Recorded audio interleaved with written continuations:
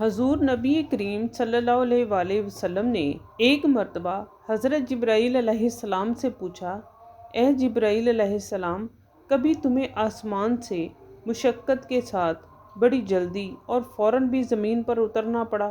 حضرت جبرائیل علیہ السلام نے جواب دیا، 4 مرتبہ ایسا ہوا۔ دوسری بار جب حضرت اسماعیل علیہ السلام کی گردن اطہر پر چھری رکھ دی گئی تو مجھے حکم ہوا کہ چھری چلنے سے پہلے ہی زمین پر پہنچوں اور چھری کو الٹا دوں۔ چنانچہ میں چھری چلنے سے پہلے ہی زمین پر پہنچ گیا اور چھری کو چلنے نہ دیا۔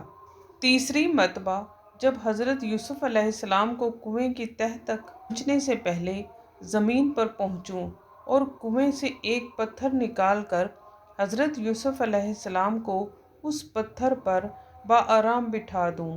چنانچہ میں نے ایسا ہی کیا